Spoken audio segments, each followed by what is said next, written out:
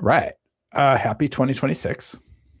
Yeah, it seems like so long ago. We're talking about the new I know, year. right? And we're here. Yeah. And this is our first live stream of 2026. So we're coming out strong. Yeah, I mean, we promised, quote unquote. We were teasing it a little bit, but we're shooting to do more live streams in 2026, which will be fun, I think, as long I as think we get so the too. engagement from audience. Yeah. Yeah, we were talking a little bit before, and we're going to try to do our live stream at least the first Friday of the month, around 3:15 Pacific, and then we're gonna try to do every Friday.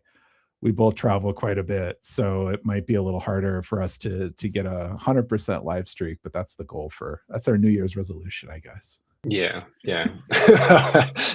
Okay, so the resolution is live stream every week, and it's okay if we don't make it. Yeah, and we've started this Friday, so we did it. Yes, we're on track. We're 1 for 1. We're 100% One, for yes, 2026. yes, 100% success rate. Did you make any New Year's resolutions this year? I typically don't, but I think in general, these timeline milestones are a good time to sort of just take a minute, just reflect a little bit, Yeah. right? So, we talk a lot about continuous improvement, whether that's like a rolling out of an app or just in your personal life, and setting one big goal each year. It just Yeah. feels a little off. So instead, I like to try and think about what I did the past year. Was I content with what I was doing, and then where I want to direct it? So sort of just taking a snapshot of how things are going, and then if Yeah. things aren't quite going the way I expected, try and just redirect. So to answer the question, I haven't done it yet, but that's what I try and do. How about yourself? Yeah, I don't, right? Mm, I agree with what you were saying. I think I'm a big believer in continual feedback, and so this idea that you make a once a year goal to do a big and in big thing, it just they don't work. The data mm, is really clear on that, and I think they don't work because you're trying to do a big thing, you're trying to start something new, and the way to do that is not to have a big goal. The way to yeah, do that is to identify the goal, but then break down some kind of a milestone to like get started. So like if our goal is to hit live stream every Friday in 2026, goal number one is let's start for the first Friday in January and do it, right? It's going to the gym is the one that, I think yeah, everybody working out. Hmm. relates to. um, Part of it's just discipline and consistency, and if you don't have discipline and consistency, you're not going to do anything. But the yeah, if you're trying to lose 10 pounds or 20 pounds or 30 pounds or whatever, like start with 1 pound in a month and then try Yeah. to go to two. And I think the healthy maximum is usually recommended like 5 to 10, depending upon your health and wellness. Not medical advice. Yeah, I'm not a doctor. Yeah, there are a lot of strategies for behavior change. Behavior change is Yeah. a huge topic in social psychology, whether it's for the individual or for a society, right? But yeah, lots of tactics, building Yeah. habits. Temptation bundling is one I know of, and yeah, there are lots of ways to do it. But don't try and set these large, grandiose things, even though they sound good on paper. Actual change happens when you sort of make movements slowly towards the thing you're trying to build towards. It's good to have Yeah. milestones, but like don't make Yeah, that the and yeah, it's vision all versus or none. execution, right? You gotta have a Mm, good vision, you gotta be bought in, and then you also have to get the work done and then not get off track. So if your goal is to, lose 10 pounds or whatever, and then you start coding a video game, your two priorities that are conflicting. right, right. Yeah. Yeah. I mean, that's I the mean, other thing too, is like less goals are better, right? I know people who have like 20 interesting. goals, Yeah. and I'm just like, that's not obtainable. Like going back to like product management, I generally like 3 OKRs is kind of like my Mm, maximum depending on what we're doing, like maybe 4, just because you can't keep that all in your head at the same time. And like, if you have a bunch of stuff you want to do, I think it's okay to like list that all out, but you can only focus on like one thing at a time realistically, maybe 2 or 3, depending upon, if it's like, I want to take out the trash tonight and go to the gym. Well, you can do those 2 things. You can take the trash out on your way to the gym, mm. right? Like, Yeah, yeah. um, because not all goals are equal, not all our things are equal, but it's so easy to get sidetracked. Right. Yeah. For those who aren't in the product manager space, OKR is objective key results, which is like I believe it's a Google framework, which has been widely Intel, adopted. Is it Intel? Oh yeah. shoot! Wow. Okay. Wow. Okay. David Um, Dorr worked at Intel and he created it. Google kind of made it famous, and then every okay. I see. company thinks they do it, Now and they they think, yeah, don't. yeah. Now they think that's become part of the startup culture. Is yeah, you got to do that. But Yeah, yeah. yeah, If you cool. don't, yeah, read the book, Measure What Matters. Fantastic book. Don't make it more complicated than it needs to be. And I think that's the thing with the OKRs for me that makes it successful is like you just don't overcomplicate it, Hmm. Yeah. which is easier said than done. But Yeah, most yeah, yeah. I people, mean, speaking of overcomplicating, you shared a story about a company that was building stuff in space, right? So, like, if you imagine that as like your goal is, let's start building a manufacturing facility in space. How do you go about doing that, and then setting the right goals? And I did honestly, I didn't read the full article, so why don't you go ahead and share what that was about? I mean, that's pretty much it, right? Yeah. Okay. I always do this. I read things and then I don't. Yeah, Uh, Space Forge, I believe it was called, right? They had yeah, set this idea, or their vision was to start building manufacturing facilities in space because space is the new frontier, apparently. Um, and it's an interesting idea. It's the concept of logistics in general is difficult. We still haven't quite solved a lot of logistics problems here on Earth, but when we're yeah, talking about in space, it's like how do you start getting things up there? If you wanted to say build a civilization somewhere else outside of Earth, you start to need to build stuff because it's way too expensive to build things here, yeah, and we don't have the capacity to start shooting some things in space that we would need out there to build some human civilization essentials. So I believe the article said something like they successfully launched something in space. yep. And once you find that, Yeah, please it was confirm what it I was was like saying. fabbing. Yeah, I think it Yeah, was around chips. So I put the article in the chat for yeah, folks. I think my takeaway was not necessarily that the company did it. Like we are so far from this being reality, mhm, but I think it highlighted this the value of this. A lot of people are like, "Why? It's hard enough to make stuff on Earth. yeah, Why shoot it into yeah, space?" yeah, Well, yeah, there's yeah. some stuff that it's actually easier to make in space.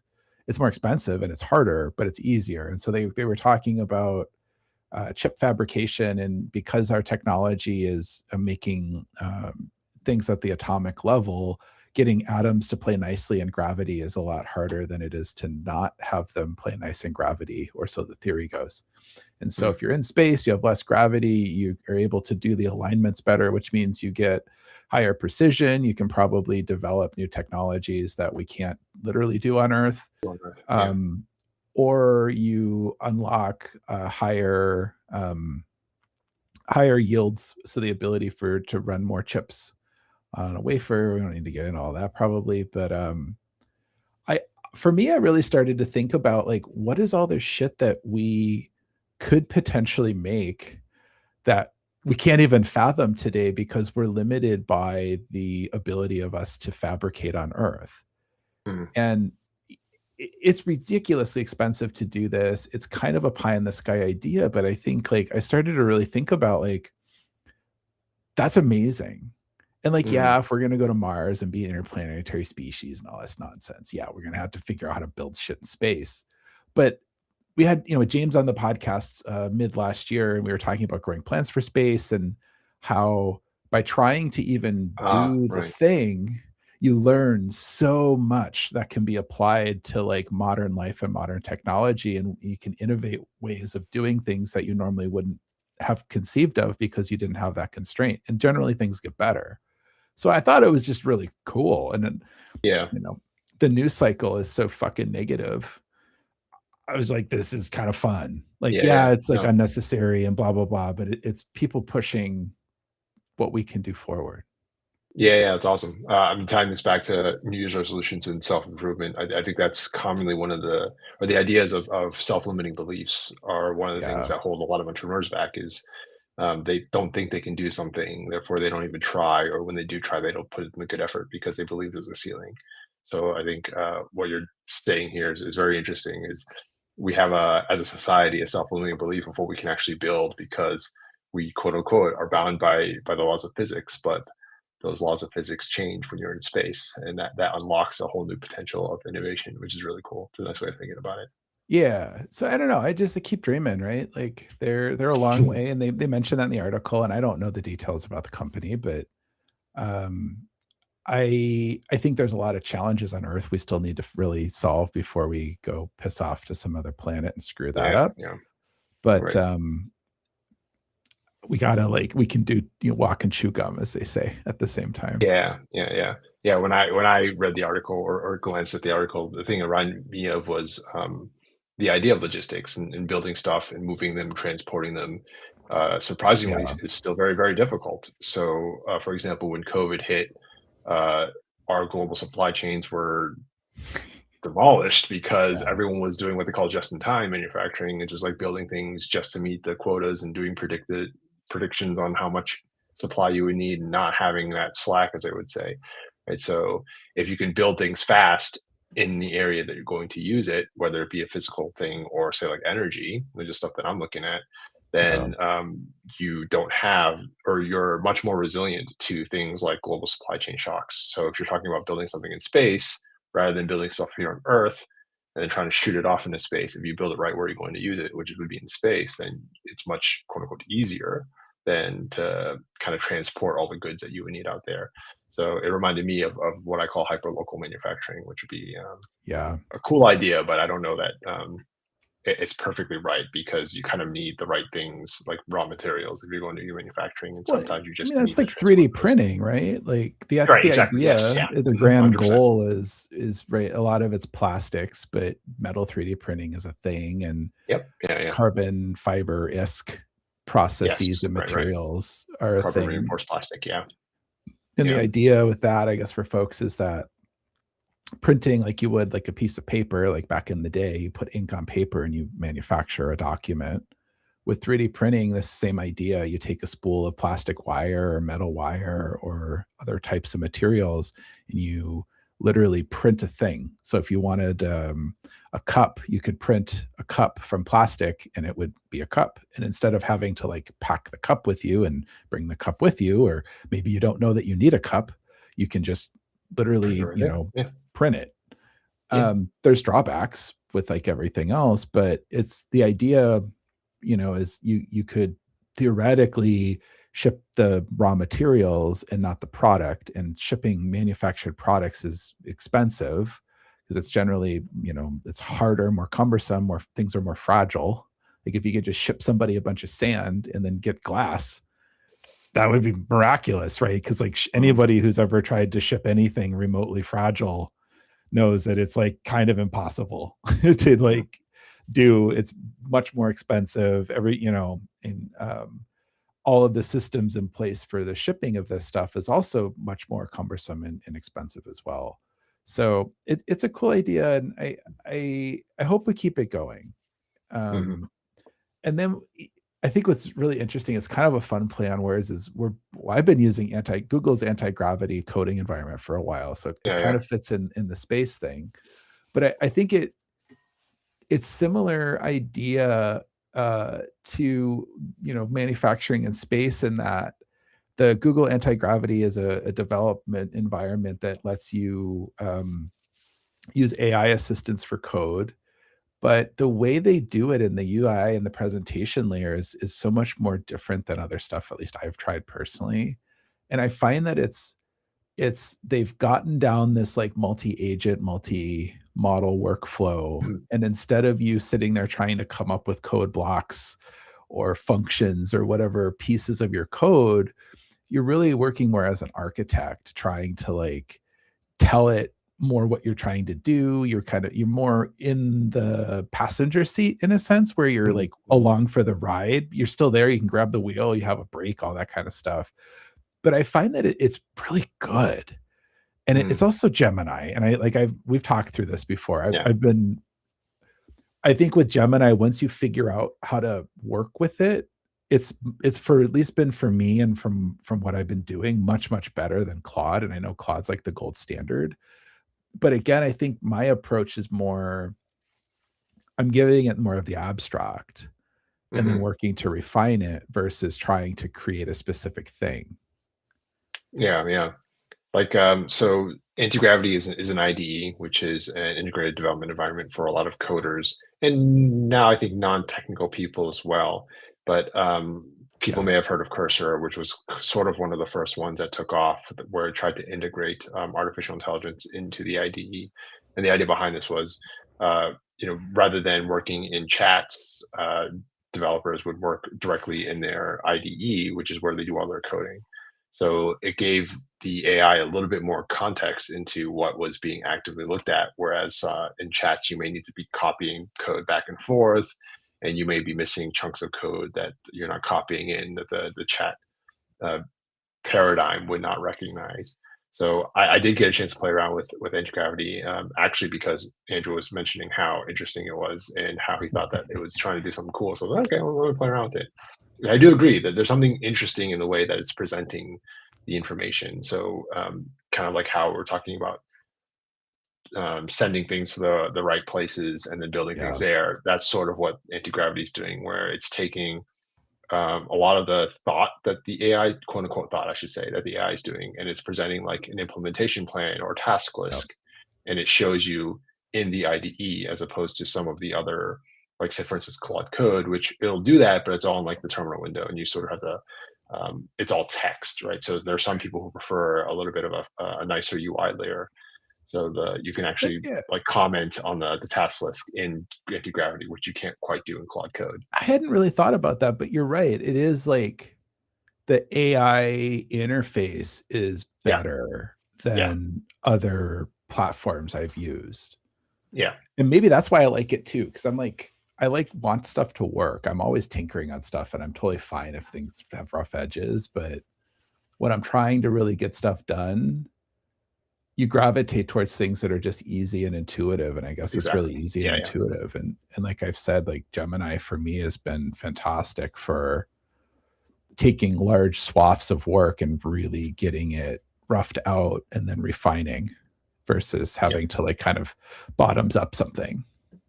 Yeah, exactly. So, I mean, I like Antigravity for that reason. I think there's still a little bit of work to do. Like, Oh yeah. personally, I've used Claude Code for ages, so I much prefer working with Claude Code and the way that it manages contexts. I think Yeah. Antigravity still has a little bit of work to do on like breaking out how it does the context. Like, I can't quite specifically point out a specific thing in a task list after it's done it. Whereas with Claude Code, you can sort of Yeah. rewind in some sense and say, hey, back at this step, what did this do? Or why did you do this? Whereas with anti-gravity, it's sort of like one shot. And I'm like, wait, let me go back. And it has a hard time trying to understand what I wanted it to do in the first place. So that might Yeah. just be me trying to work with Gemini a bit better. But yeah, I think you're right. Gemini or anti-gravity, I should say, is actually onto something. I think it's an Yep. interesting presentation to how you work with AI. I haven't Yeah. used Cursor in a while, so I don't know if there's anything there, but yeah. Yeah. And they didn't really reinvent like Mhm. IDEs, right? They kind of tacked on. So if you're familiar with like VS Code, it's a, Yeah. I think it's actually the Fork. same It's a thing. Yeah. fork. It's a Yeah, it's a fork. fork. Yeah, yeah. But their work they've done has been to put in all of the AI stuff in a nice little sidebar and then all of the tooling required to like let the agent go and run too. And I think that was kind of a cool thing for me was that I started a project, gave it like permissions to the directory and said, go forth and do shit. And Mhm. it did. Whereas other tools I've used are a little bit more cumbersome. You have to like fight plugins or config files and all that kind of stuff. And it just kind of worked. And it wasn't a local project either, which is what I also really liked about it. It was like Mhm. kind of effortless. I didn't have to go install a bunch of packages on the server to get stuff done either. So Yeah. I would keep an eye on it. And Google like everything does a really shitty job of like PRing their own products. Too much to PR. They can't be PRing everything. Like Yeah. honestly they do have a lot of cool stuff that I feel personally doesn't get enough spotlight. Yeah. But yeah. For those who are actually like super technical or more technical, I do think Antigravity is one of the only options you have to use Gemini Pro in a coding environment, like not Yeah. using an API key, Good which I point. personally I was looking for this for months. I was trying to figure out how to use my um, Google AI Pro subscription to use their coding services, but all the coding options use the API, which is more expensive. Yep. So it is a lower cost, at least for now. Whenever in Yeah. January 2026 is cheapest. It can be more expensive. It also can't be. But the cool Fair, thing with yeah, that, and for technical folks, is like that's built into the Google Gemini entitlement on your Google license. But it's also great for other people on teams who, they're your designers who might be a little bit more technical or want to be more technical or want to try to understand the bridge better, or product people who are the same kind of either more technical and want a little bit of an edge or want to close that gap a little bit more. You don't have to set up a bunch of API. You don't have to have, engineering. It's just if your organization has Google stuff entitlements, if you're just using it personally, I think it works with Gmail, and then you can get like free tier, and you can like buy Yeah, Google's right. branded. Yeah, that's right. Google, your Gemini stuff's a mess. Please fix it. It's really confusing. I've been complaining about it for a couple years. I think the biggest barrier to using this stuff is still trying to figure out if you have API or if you have the Yes, regular. And if you have the regular, like what are my credits, and like is it costing me money? And like I have both. Yep. Like I have all this like continual paranoia of like, am I gonna get a bill for thousands of dollars because I used the wrong thing and didn't realize I was doing it. So but other than that, no, it's I again, I guess disclaimer, my company is Google for Startup sponsoree. Supported. Supported. Yeah. Not an ad, but it's a great product. Yeah, I agree with that for sure. Yeah. All right. Anything else for the new year? We can maybe cut it a little short today since we're both recovering from New Year. Yeah, no, we're going in strong, right? First live session, and we'll try to keep it up. Yeah. I think we'll aim to be a little bit more consistent, or at least give a little bit of heads up for those who do want to join live streams and throw questions and or ways of communicating. We're still kind of figuring that out, right? So bear with us.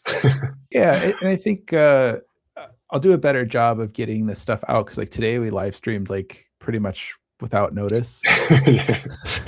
We need to keep the resolution. Yeah, we'll try to get live by 3:15 on Fridays, and I'll try to put it up the night before, so like 24-hour notice ish, and then we'll go from there. So happy 2026.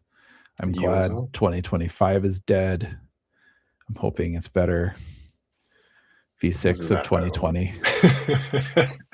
We're still stuck in the 2020. It wasn't. Like I don't know. It's a really weird time. And I don't think 2026 is going to be any less weird than 2025. Given the things that, or the direction of things are headed, I think I agree with you. At least in the US, I should say. Yeah, given the landscape of things that are happening in the US, yes, I think I agree with you there. Well, where goes the US, so goes the world. So buckle up, folks. Maybe we'll see if that's going to hold true for the next 3 years, 2 or 3 years. But yeah, I don't know. I don't think it's going to stop anytime soon. I think the US is going to keep pushing the world to wherever the US is going, and I wish we as a country would act a little bit more serious and be more respectful of that privilege. Agreed. That's a good way to end it. Happy 2026.